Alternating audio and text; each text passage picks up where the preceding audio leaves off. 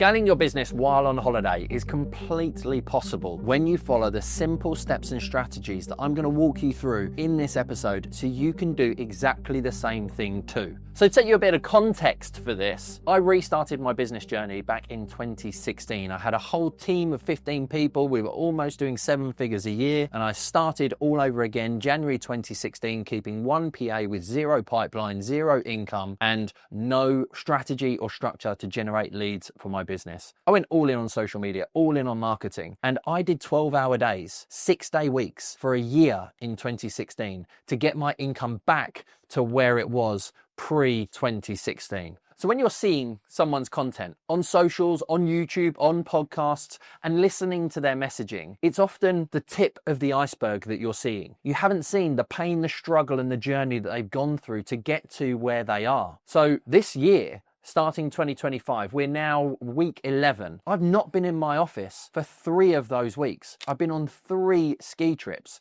2 business orientated and 1 with my family during the course of half term. Now that would not have been possible without the early struggles that I went through. Doing those 12-hour days in 2016, structuring my systems in 2017, looking at improving the way in which we delivered to our clients and taking on my first trainee mortgage advisor in 2018, then starting to take on self-employed advisors in 2019. And then every time I brought on a new person into the business, I reduced the amount of sales that I did. So you can 100% achieve the lifestyle that you want. You can go on consistent holidays, but this strategy and structure is the one that I've never shared before. And that is merging personal fun with business and growth. So when I started in 2016, yes, I was leveraging social media. But what I did in 2017 was I got myself out of the office at least 1 day per week. And being out of the office, I took myself to a separate environment. I went and networked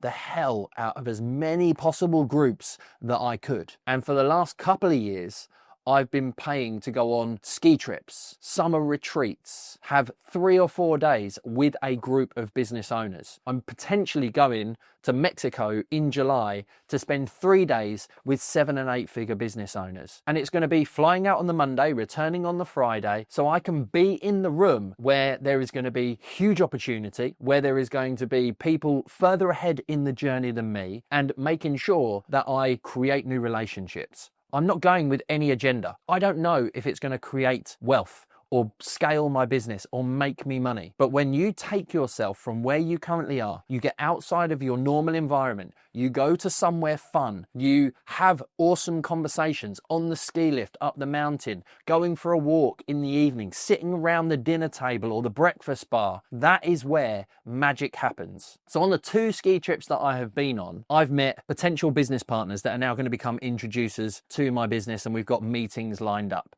I've met someone who is going to help me to turn my chat GPTs that I have created into assets that I can sell to my audience. I went on the ski trip last week to Austria with a group of business buyers where I've made new relationships for key man insurance, shareholder protection. 2 people had huge property portfolios and wanted to move from property into business buying. I have now made those connections, those relationships. We were in a WhatsApp group. I'm not expecting any business from it, but I know what they do, they know what I do, and we shared value. We helped each other. We talked about our journeys. When you get to know people is when you start to build your business better.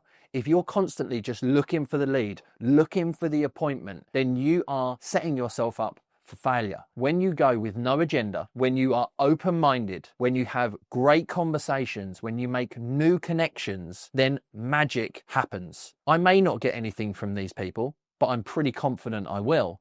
But I have no expectation. The collaboration and the connections that I have now made will lead to something in the future. So here's what you need to do. I am naturally somebody who is relatively introverted. Like, I can stand on a stage and speak to 300 people in a room, but the worst thing for me is being in that room as one of the delegates and one of the attendees. But I know the outcome that it can drive. As the founder, the managing director, the leader of your business, your job is to create the demand. You cannot create the demand when you're sitting behind a desk, being the advisor, doing the job, editing the video, giving the advice, doing the sales.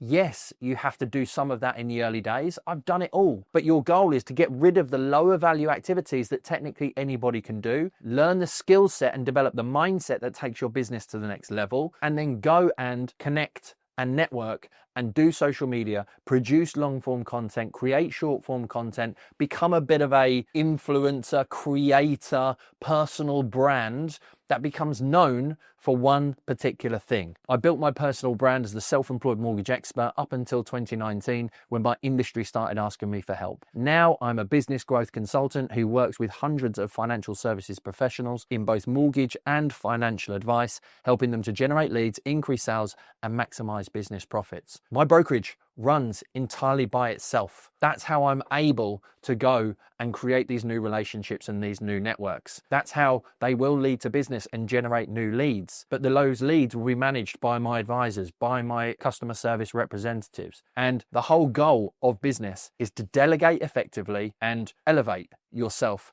to the next level. That's what gives you the freedom, the autonomy, and the lifestyle to leverage your business life with your personal life and go on fantastic trips that take your business to the next level. I've already got 2 or 3 ideas from both of those ski trips that will 100% add hundreds of thousands of pounds to my business. Since 2016, I have spent 350,000 approximately. I'm a geek, I have it on a spreadsheet, so I know the exact number and pennies and pence. But that 350,000 has easily made me in excess of 7, 8, 9 million pounds because of the compound effect of that knowledge and the consistent action that I take. So your actions off of the back of listening to this is, number 1, go and find all the networking events local to you. You know I talk about social media a lot, but if you really want to help your social media to grow, go and put yourself in rooms with real people, start creating conversations, build connections, and get them onto your social media where you are creating value. Number 2, find people who have access to your potential ideal client. Rather than going after one person, go and make a connection and build a relationship with somebody who has 100 of your ideal client, and think outside the box. All mortgage advisors think, oh, I'll go and get an estate agent. Well, everybody else is going to get estate agents. You know, I went to the business buyers group because I'm learning about buying businesses, but also those people who are buying businesses are business owners who need mortgages and potentially much higher value insurances for my firm. And it turns out there was property people in the room as well. Number 3, go with no agenda. Just go with building relationships, creating connections, and be open to opportunities to help your business scale and take it to the next level. I love the statement, as cheesy as it is, that your network is your net worth. So go and build a bigger network. And if you would love to be part of mine, then just DM me on any social media channel and I'll talk to you about how we can help you systemize your business and scale it to the next level, like many of our clients inside our accelerators and coaching programs. Thanks for being a fan. Thanks for being a follower. Thanks for listening. And I look forward to speaking to you next week.